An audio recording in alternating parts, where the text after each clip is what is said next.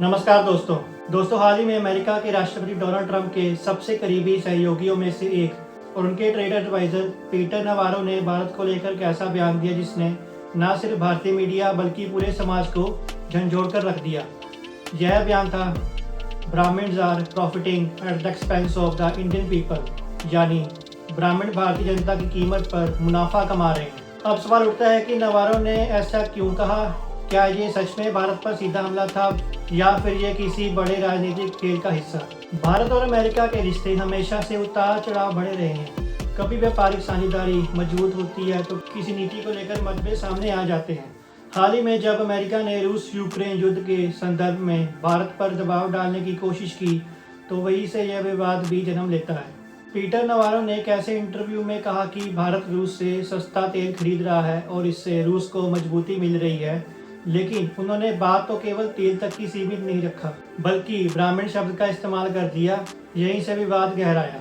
भारत में ब्राह्मण शब्द केवल एक जाति को नहीं दिखाता बल्कि यह पूरे जाति जगत ढांचे से जुड़ा हुआ है। भारतीय समाज में जाति पहले से ही एक संवेदनशील मुद्दा है।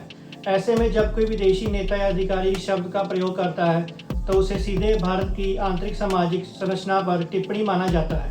मीडिया रिपोर्ट्स के अनुसार नवारो ने कहा कि भारतीय ब्राह्मण्स जनता की कीमत पर मुनाफा कमा रहे हैं और इसे बंद होना चाहिए। इस बयान के बाद सोशल मीडिया पर लोगों का गुस्सा फूट पड़ा। कई लोगों ने इसे भारत की संस्कृति और परंपरा का अपमान बताया। कुछ विशेषज्ञों ने यह भी तर्क दिया कि शायद नवारो बोस्टन ब्राह्मण्स की बात कर रहे थे।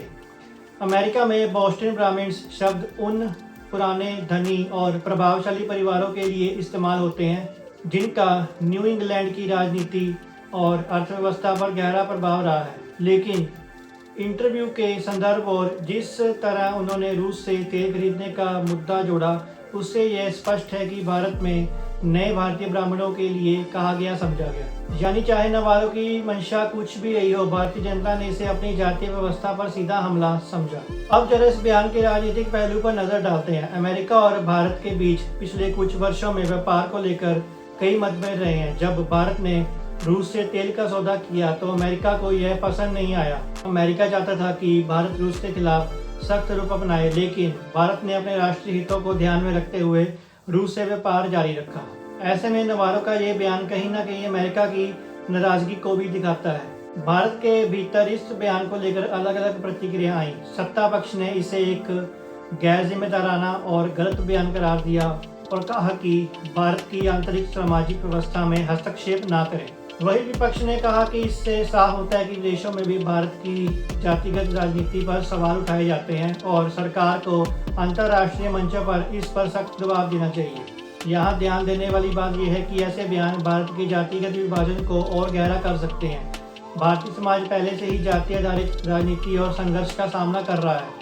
जब कोई विदेशी नेता या अधिकारी इस विषय पर बयान देता है तो यह विवाद को और भड़का देता है। यह विवाद केवल भारत तक सीमित नहीं रहा, अंतर्राष्ट्रीय मीडिया ने भी इसे कवर किया। कई विदेशी अखबारों ने लिखा कि अमेरिका का एक शीर्ष सलाहकार भारत की जातीय व्यवस्था पर टिप्पणी कर रहा है। में नवारो का यह बयान हमें यह सिखाता है कि अंतर्राष्ट्रीय राजनीति में शब्दों की ताकत कितनी बड़ी होती है। एक शब्द, एक टिप्पणी पूरे समाज को आहत कर सकती है और कूटनीतिक रिश्तों में तनाव ला सकती है। भारत जैसे डाइवर्स नेशन में इस धर्म, जाति और संस्कृति इतना गहराई से जुड़ी हुई है, वहाँ ऐसे शब्द और भी ज़्यादा संवेदनशील हो जाते हैं। तो दोस्तों, निष्कर्ष यही निकलता है कि नवारो का ये बयान सिर्फ एक साधारण टिप्पणी नहीं थी बल्कि उसने भारत की राजनीति, समाज और विदेश नीति सबको प्रभावित किया। चाहे यह जानबूझकर कहा गया हो या गलती से, उससे विवाद तो खड़ा हुआ ही है। तो दोस्तों, क्या आपको लगता है कि अमेरिका भारत पर दबाव बनाने के लिए ऐसे जाति के शब्दों का इस्तेमाल कर रहा है या फिर ये वास्तव में एक मिसकम्युनिकेशन था? आज की वीडियो में दोस्तों बस इतना ही। फिर मिलते हैं नई न्यूज़ के साथ, तब तक के लिए साइनिंग ऑफ।